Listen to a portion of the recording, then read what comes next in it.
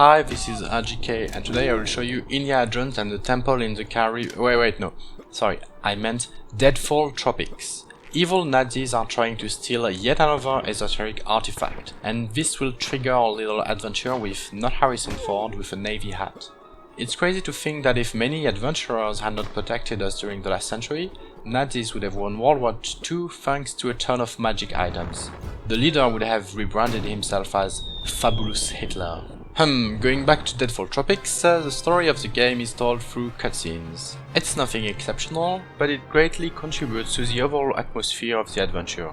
It takes place on a tropical island, with the nice backgrounds, the cutscenes, the animations and the movie score. Everything is there to give a very cinematic feel to the adventure. The pixel art on display is very pretty. It helps with the cinematic feel. The graphics and animations help reinforce immersion quite a lot. I had nostalgia goosebumps sending me back to Flashback and Another World, other cinematic trial and error games. Although, in reality, Deadfall Tropics does not venture that far into interactive movie territory, it's more like old school platformers, a mix between Contra and Rick Dangerous or Pitfall. What you should expect in Deadfall Tropics is an inhuman difficulty. In this game, you will die a lot.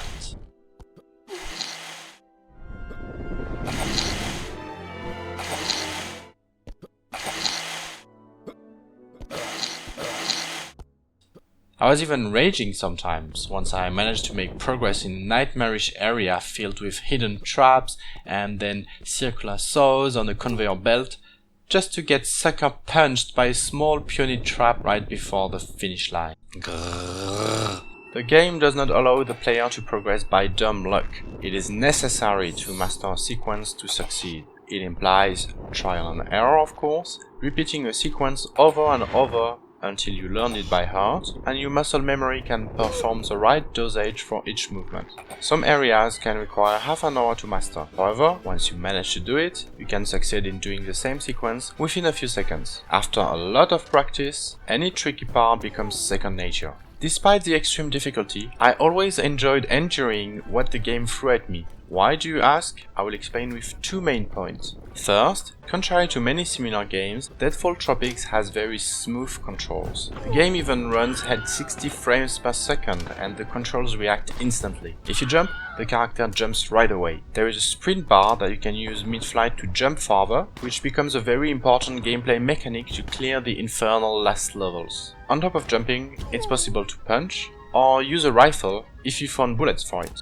At the start of the adventure, every bullet counts and the first level is insane. But further down the line, the game becomes more generous. Just like in Contra, it's possible to shoot in diagonals, but beware, enemies can as well. The only issue with the controls is that keys cannot be rebound due to the fusion engine not allowing it. Thus, if you play with the keyboard, you are condemned to arrow keys and the D-pad on a gamepad. At least the base controls work well, even though they cannot be changed. I just had a bit more trouble with the sequence on the rope bridge while trying to avoid the aircraft, because the trick is to fall, then grab the ledge.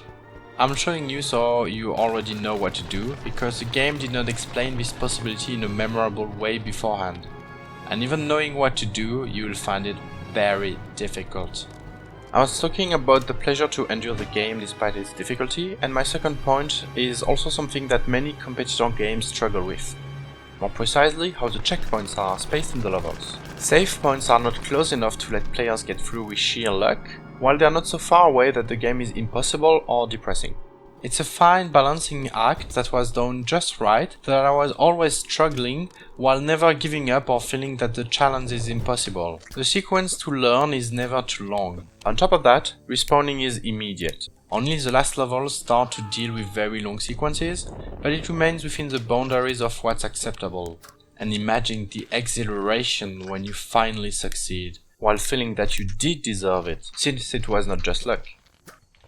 The game is never playing nasty tricks on you. When secrets are found, it's validated without having to survive until the next checkpoint. It might seem like a detail, but the accumulation of this sort of quality of life details shows that the developer planned for the game to be brutal, but never unfair or using artificial measures to just increase difficulty. It's difficult, but it's well done, and you won't find yourself pestering against clunky controls or bad level design. A big positive is that there is a lot of variety in the pacing and challenges that are faced. Sometimes you'll find yourself climbing, sometimes fighting, sometimes swimming underwater. A atrocious underwater sequence. At least there is no time limit or a limited number of lives like in Ninja Turtles. I suffered for about 8 hours to finish the adventure. I have rarely played platformers this hard.